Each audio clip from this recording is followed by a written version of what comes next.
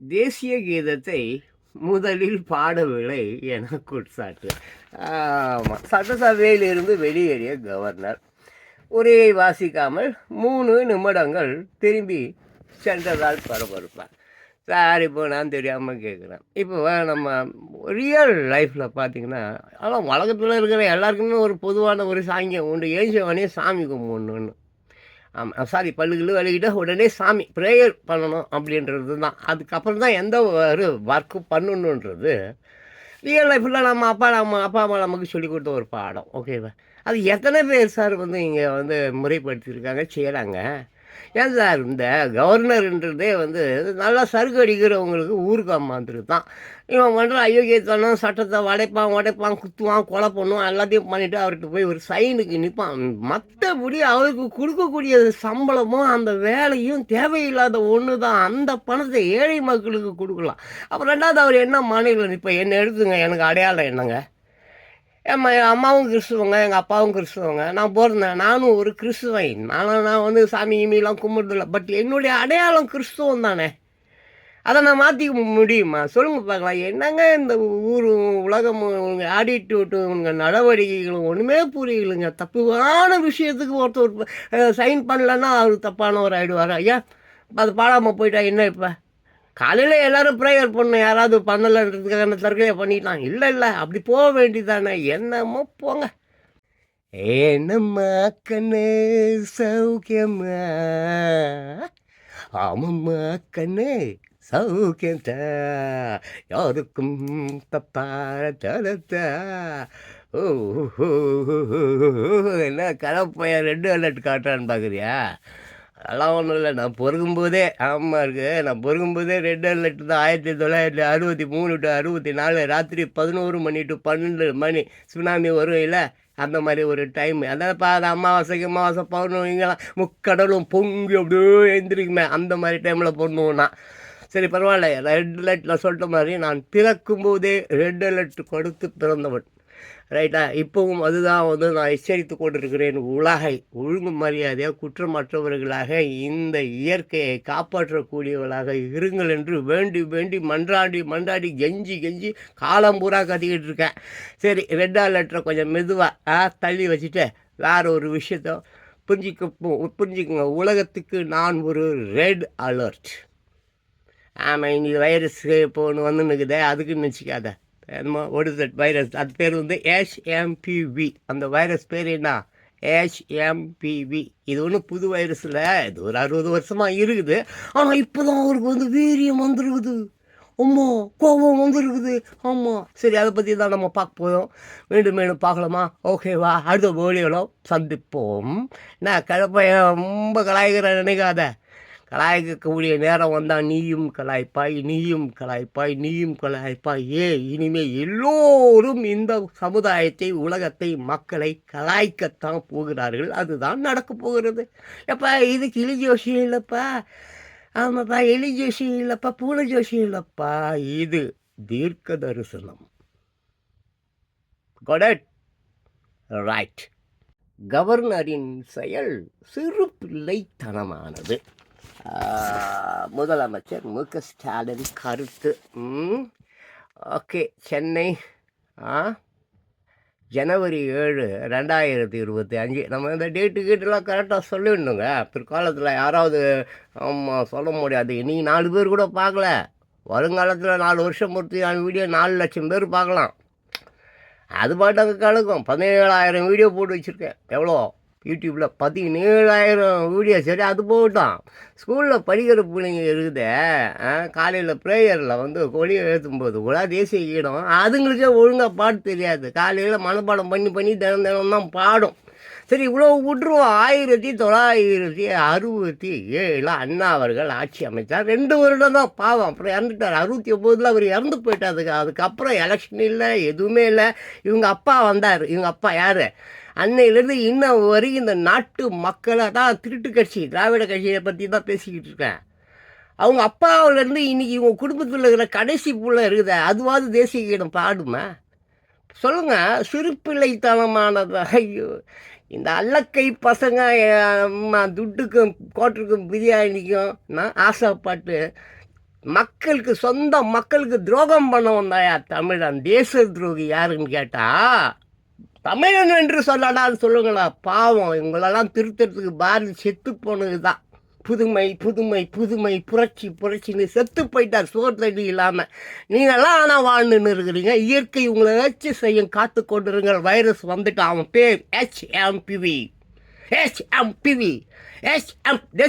தான் பாடுங்க. இப்போ HMP வைரஸ் வாழ்க, HMP வைரஸ் வருக, HMP வைரஸ் வருக. குண்டோடு இந்த திருட்டு கும்பல், இந்த அயோக்கிய கும்பல், இந்த அராஜக கும்பலை அழித்து சாம்பலாக்கு, கடலில் தள்ளு, எரி படுபாவிகளா. அன்பானவர்களே, நான் ஏன் தெரியுமா இவ்வளோ வேதனையாக பேசுகிறேன்? நேற்று ஒரு வீடியோ போட்டிருந்தேன். ஆமாம், ஆல்மோஸ்ட் அது வந்து ஒரு 35 to 40 minutes வீடியோ. ஆமாம், லாங் வீடியோ. 9 பேர் கூட பார்க்கல. சிந்து சமவெளி நாகரிகம் பற்றிய வீடியோ அது. சரி, இதை விட்டுரு. என் கோபத்துக்கு வேறு காரணம். அது என்னென்னா, நானும் ஒரு 20 வருஷமாக எனக்கு தெரியும் சிந்து சமவெளியை பற்றி. எனக்கு தெரியாதா? எனக்கு எல்லா மயிலும் தெரியும். சிந்து சமவெளி நாகரிகம் ஒரு 10 வருஷம் 8 வருஷம், இன்னும் சொல்ல போனால் ஒரு 30,000 வருஷம் வந்து சரித்திரம் இருக்குது. அதை பற்றியெல்லாம் நீங்கள் 40 நிமிஷம் அதை பற்றி ஒரு அற்புதமான வீடியோ போய்ட்டு 9 பேர் கூட அதை பார்க்கல. அப்போ மிச்சம் 8 கோடி பேர் நான் நக்கின்னு இருக்கேன், ஏதோ சப்பின்னு இருக்கான். சொல்லு. ஆட 7 வயதில் இருந்து 17 வயது வரையிலும் ரீல்ஸ் போடுவாரான். ஒரு யூடியூப் மயிறு காசு கூட கொடுக்க மாட்டான். ரொம்ப பேர் நினச்சின்னு இருக்கணும் யூடியூப்பில் சம்பாதிக்கலாம், போகலாம், வரையா, நிறைய காசு 10 பைசா தர மாட்டான். இந்த ரீல்ஸ் போடுறான், மயிர் போடுறான், யூடியூப்பு அவன் வந்து அமெரிக்கன், புரியுதா? உன்னை மாதிரி நடுரோடில் தேடுற நாய் கிடையாது. அவன் யாருக்கு கொடுக்கணும், எப்போ கொடுக்கணும், என்ன மாதிரி கண்டென்ட்டுக்கு கொடுக்கணும், அது கண்டென்ட் இல்லையா, அவன் ரூல்ஸ் என்ன, ரெகுலேஷன்ஸ் என்ன, அவன் கண்டிஷன்ஸ் என்ன, அவன் அதெல்லாம் யூடியூப்லலாம் நீ வீடியோலாம் போட்டு சம்பாதிக்கிறாங்கம்மா. கருத்து வேண்டுமானால் சொல், அது மக்களுக்கு போய் சேரலாம். அவன் வீடியோ ஒன்றா 4 பேர் வாங்க மாட்டான். பட் அதில் அந்த 4 பேரும் எப்படி சூரியனை மாதிரி சந்திரனை மாதிரி 4 பேரும் அந்த அளவுக்கு உயர்ந்தவர்கள், சிறந்தவர்கள் அவர்கள் பார்க்குறாரு. உன்ன மாதிரி கம்நாட்டி பன்னி கூட்டம், நாய் கூட்டம், கழுத கூட்டம் பார்க்கணுன்னு அவசியம் இல்லை. யார் பார்க்கணுமோ அவங்க பார்த்தா போதும். லட்சம் தடவை சொல்லியிருக்கேன், எல்லோரும் வீடியோ பண்ணுங்கள். அக்கம் பக்கத்தில் நடக்கிற குற்றங்கள், குறைகள், அவர்களுடைய தேவைகள் எல்லாத்தையும் வீடியோ பண்ணுனா ஊரை ஏமாத்துறதுக்கு 10 ரூபா பொருள் 100 ரூபான்னு சொல்லிட்டு என்னமா அதை கேஸ் கேட்டேன் என்ன மயிரோ என்னடா விதைகள் காட்டுறீங்க. விதைங்களுக்கெல்லாம் விடியல் வந்தாச்சு. அவர் ஒன்றும் விடியலை கொண்டு வரல, அவனும் விடியலை கொண்டு வர மாட்டான். இயற்கை மட்டும்தான் உங்களுக்கு இருளை தரும். அதற்குண்டான நேரம் நெருங்கி விட்டது. இவ்வளோ பெரிய நாகரிகம் சிந்து சமவெளி நாகரிகம். அதை பற்றி நான் எவ்வளோ பேர் இருக்காடையா, ஒரு பயல்கிட்ட இல்லையா, ஒரு பயலுக்கு தோ கிடக்குதுப்பா. பாகிஸ்தானில், பஞ்சாபில், ஆப்கானிஸ்தானில். இது சிந்து வெளி நாகரிகம் எப்படிப்பட்ட நாகரிகம், எப்படிப்பட்ட மூஞ்சி மொகலைகிட்டெல்லாம் போய் நான் கத்தின்னு கிடக்குறோம் பார்த்தியா. என்ன செருப்பு இல்லை, பீயில் அடிச்சுக்கணும், சாணியில் அடிச்சுக்கணும். என்ன மாதிரி எவ்வளோ பேர் பேசி பேசி உயிரை விட்டான். அப்படி இருந்தும் திருந்தாத நாய்களே, அதுக்கு தாண்டா இயற்கை உங்களை கொல்றதுக்கு வருது. சரி, தயாராக இருங்க, இல்லை நீயா சுடுகாட்டில் போய் செத்து விட்டுப்போ, ஓடுப்போ. இனிமே உங்களுக்கு வாழ்க்கை கிடையாது. நாளைக்கு நான் மிஞ்சி போனால் 6 மாதம் 1 வருஷம். ஐயோ இவ்வளோ பெரிய பில்டிங் இருக்குது. எலான் மாஸ்கே குடும்பத்தோட ஸ்பேஸுக்கு போகலான்னுக்கிறார். குடும்பத்தை கூட்டுக்குன்னு யார்? Elon Musk. இந்த மாதிரி ட்விட்டர் ஓனருப்பா, டெஸ்லா கார் ஓனர். அவரே குடும்பத்தோட அவர் வச்சுருக்கார். எவ்வளோ அறிவு இருந்தால் வானத்தில் என்னது எக்ஸா, அது என்னமோ என்னமோசாம் அங்கே கடி வச்சுன்னு இருக்கிறாரு மனுஷன். ஏன் அவருக்கு தெரியாதா? எவ்வளோ ஆராய்ச்சிகள், எவ்வளோ விஞ்ஞானம், எவ்வளோ சாஃப்ட்வேர், என்ன கண்டு பிடிப்புகள். அவரே எங்கே போயிடலான் இருக்கிறாரு. அங்கே ஓடிடலாம். இயற்கை கண்டிப்பாக வச்சு செய்ய போகுது, காலி பண்ண போகுதுன்னு தெரியும். அவ்வளோப்பா, அவ்வளோ பெரிய பில்டிங்லாம் கட்டி வச்சுருக்கோம், அவ்வளோ பெரிய பிரிட்ஜெலாம் இருக்குது. நாங்களாம் காப்பாற்றப்பட மாட்டோம். அட போடா முட்டா பையில, உன் வீட்டில் இருக்கிற சேர் இல்லை, நீ உக்காரும்போது சேர் ஒடிஞ்சி அந்த சேர் உன் வயிற்றில் கண்ணில் காலில் குத்தி எலும்புகள் நொறுங்கி அங்கேயே செத்து போடா பரதேசி. சிந்து சமவெளி நாகரிகம் கஷ்டப்பட்டு அவ்வளோ நேரம் 40 நிமிஷம் கஷ்டப்பட்டு எவ்வளோ தகவல்கள் எடுத்து பேசியிருக்க ஒரு பைய கூட பார்க்கல. நீ எல்லாம் வந்து என்கிட்ட பேசணும்னு நினைக்கிற. சாவடிச்சு போட்டுருவோம். இதெல்லாம் வந்து இந்த பிச்சை எடுக்கிறவன் எச்சம் எடுக்கிறவங்ககிட்ட அந்த எதிர்பார்க்கிறவன் பத்துட்டு போய் அவன் பேசுவன் நேர்மையானவன், உண்மையும் வீரத்தையும் மட்டுமே நம்பி வாழ்கிறவன். புரியுதா? உண்மையும் உழைப்பையும் வீரத்தையும் அறிவையும் நம்பி வாழ்கிறவன். அப்படி ஓங்க ஒரே ஆறதான் செத்துப்பிடுவேன். பார்த்துக்க, எங்கிட்டலாம் வச்சுக்கூடாது. மூன்றெழுத்தில் என் மூச்சிருக்கும், அது முடிந்த பின்பும் பேச்சிருக்கும். உள்ளம் என்றொரு ஊர் இருக்கும், அந்த ஊருக்குள் எனக்கொரு பேர் இருக்கும். கடமை, அது கடமை, கடமை, அது கடமை. இதோ இருக்காரு பாருங்க இங்க. அவருக்கு வருகின்ற 17ஆம் தேதி, தட் மீன்ஸ் இந்த வருஷம் 2025 ஜான்வரி 17 அவருக்கு வந்து 108வது பிறந்த நாள்.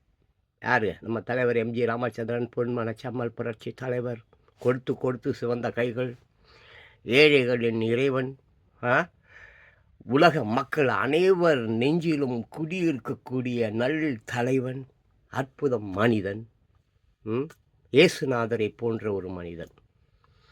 ஆமாம், எனக்கு இயேசுநாதருக்கு அப்புறம் எம்ஜி ராமச்சந்திரனை ரொம்ப பிடிக்கும். இயேசுநாதர் கூட அவர் ஒரு யூதர், இஸ் நாட் அவர் ஒரு கிறிஸ்துவர் அல்ல, யூதன் தான் கொன்னான். அது வேண்டாம், அதை பற்றிலாம் போகணுன்னா ஜான் பாஸ்கோ ஒரு வருஷத்துக்கு உட்காந்து பேசின்னு இருப்பேன். அது தேவையில்லை. தலைவர், புரட்சி தலைவர் எம்ஜி ராமச்சந்திரன், அவரை பற்றி நம்ம பேசுவோமா? அவரை பற்றி தான் கொஞ்சம் மணி நேரத்துக்கு முன்னால் ஒரு பாட்டு ஒன்று பண்ணார். 3 எழுத்தில் என் மூச்சு இருக்கும். அந்த 3 எழுத்து என்பது என்ன? கடமை. கடமை என்பது என்ன? நீ பிறந்த பயன். இறந்து போவதற்கு தான் எல்லாரும் பிறகுறான். அப்படியே காலம் பூரா வாழறதுக்கெல்லாம் ஒரு மயிராண்டியும் கிடையாது. இறந்து போவதற்கு பிறக்கிறாய். அப்படி இருக்கும் பொழுது பசி, பட்டினி, துன்பம், கவலை, சோகம், ஸ்ட்ரெஸ் உலகத்தில் இருக்கிற எல்லாருக்கும் இருக்கும். அது எல்லாருக்கும் இருக்கும், எல்லா ஜீவராசிக்கும் இருக்கும். ஆமாம், நீர், நிலம், நெருப்பு, ஆகாயம், காற்று போன்ற பஞ்சபூதங்களுக்கு கூட இருக்கும். நம்ம அதன் கூட நம்ம தினமும் உருவாடுகிறோம், பழகிறோம், போகிறோம், வருகிறோம். ஆனால் அதை ஒரு நாளும் மதிக்கிறோம் என்றால் மதிப்பது இல்லை. சரி, இப்போ அதெல்லாம் பற்றி நான் இங்கே தத்துவம் பேசிக்கிட்டு இருக்கிறதுக்காக உட்காந்துருக்கல. கடமை, கடமை, முக்கியமான 3 கடமை. அந்த 3 எழுத்து என்பது என்னவென்றால் கடமை. முதல் கடமை, நீ பிறக்கும் பொழுதே உடைய வந்து நீ ரொம்ப கரெக்டாக, ஆமாம், பெத்தவனத்துக்கு வெளியே போட்டுருவாங்க, அதை விட்டுரு. ஒரு 3 வயது, 4 வயது, 8 வயது, இதுக்குள்ளாரையே நான் 8 வயதுக்கு கீழே இருக்கக்கூடிய குழந்தைகள் அனைவரும் முத்தமர்கள் என்று நான் அடிக்கடி சொல்லி கொண்டிருப்பேன். ஏன்னா 8 8 உன் வாழ்க்கையை அறிஞ்சிக்கோ, அதில் எந்த 8 தெரிஞ்சுக்கோ, அந்த மாதிரி நான் சொல்லுவேன். இப்போது நம்ம தலைவர் வந்து உடைய 108வது பிறந்த நாள் வருகிறது. எப்பொழுது?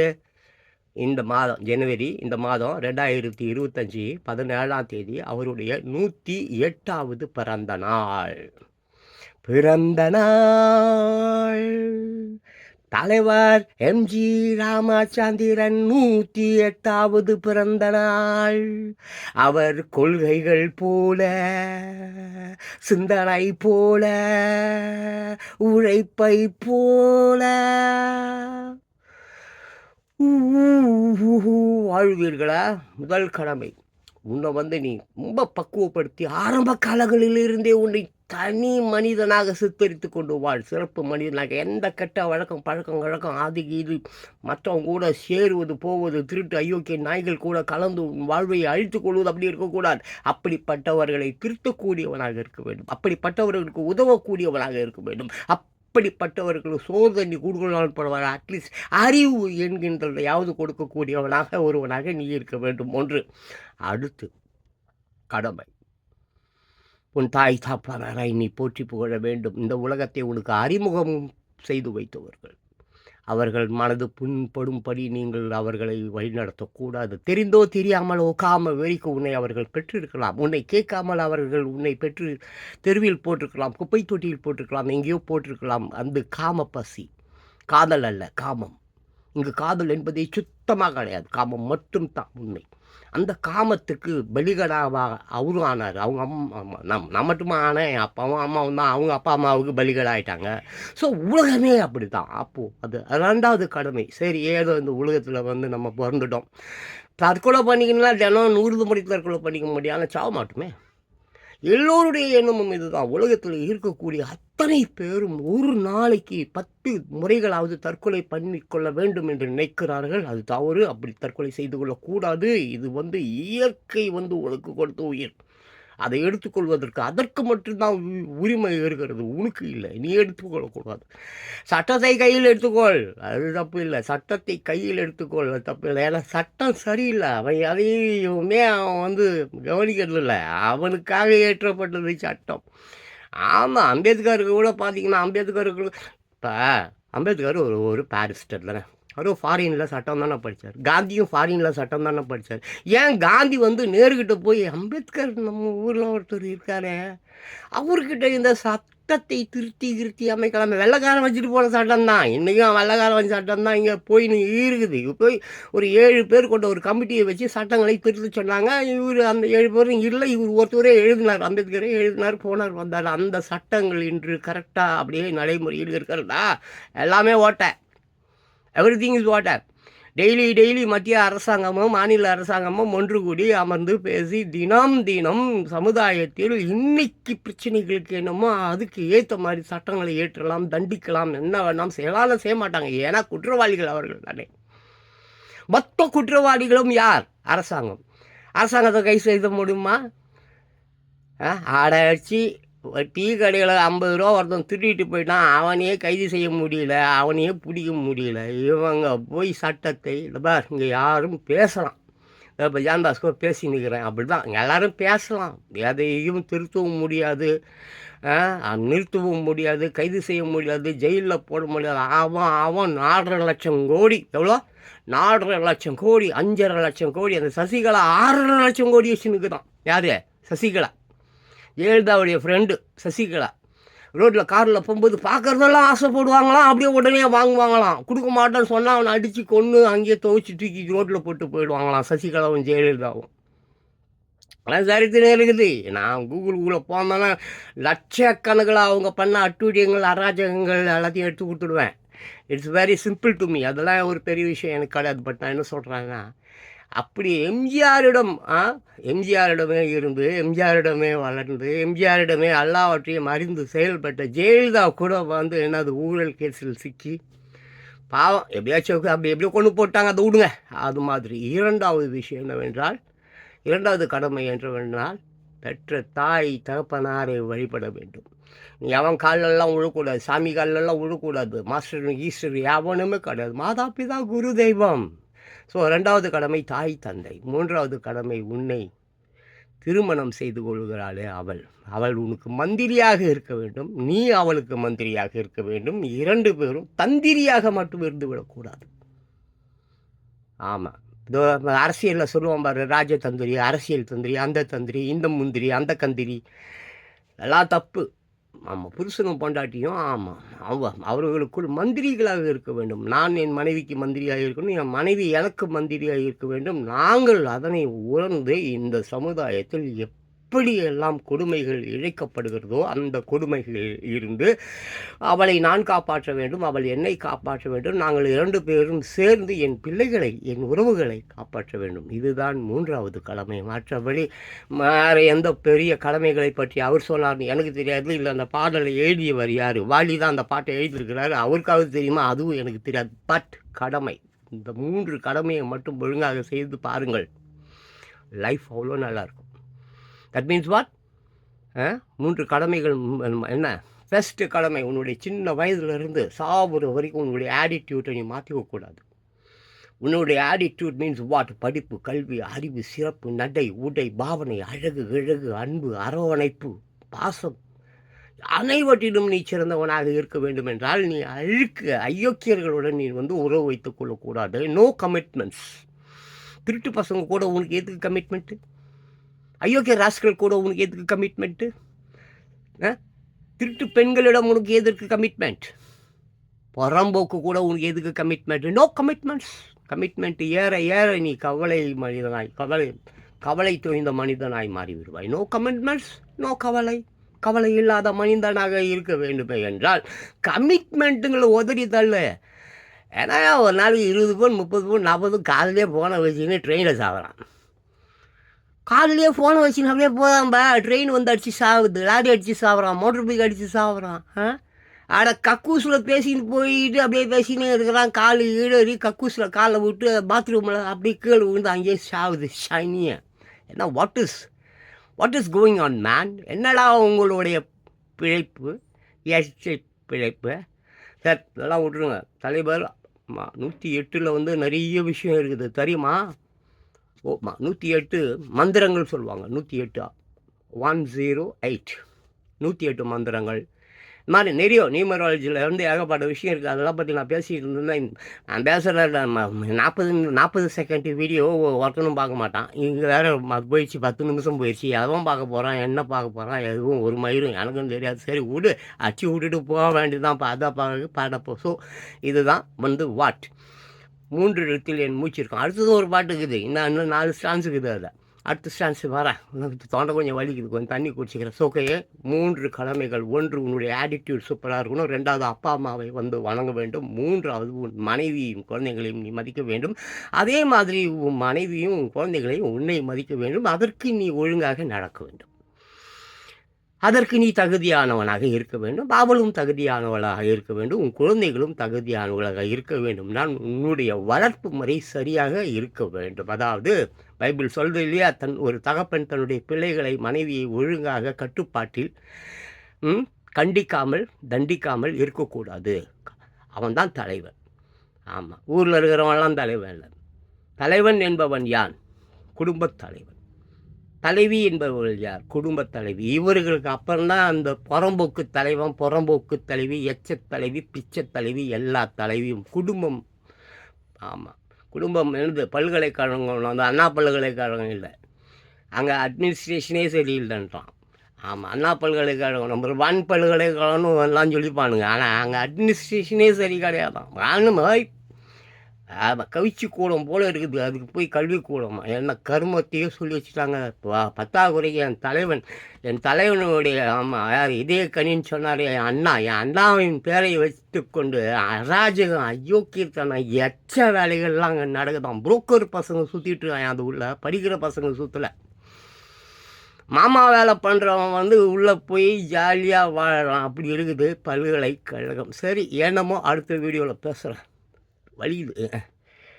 So viewers, people childrens. ஆமாம், தலைவர் உடைய எம்ஜி ராமச்சந்திரனுடைய வாட் இன்னும் 10 நாள் தான் இருக்குது, 10 days தான் இருக்குது. திஸ் மந்த் ஜனவரி, இன்னும் இது 2025 தானே. வர 17ஆம் தேதி வந்து நம்ம எம்ஜி ராமச்சந்திரன் தலைவர் அவர்களுக்கு வந்து எவ்வளோ 108வது பிறந்த நாள். முன்கூட்டியே நம்ம வாழ்த்து சொல்லிட்டோம். ஸோ அவர் பாருங்கள், பதவி வரும்போது பணிவு வர வேண்டும், துணிவும் வர வேண்டும் தோழா. எப்படி? பதவி வரும்போது பணிவும் வர வேண்டும், துணிவும் வர வேண்டும் தோழா. அன்பே உன் அன்னை, அறிவே உன் தந்தை, உலகே உன் கோயில், ஒன்றே உன் தேவன். இதுதான் முக்கியம்.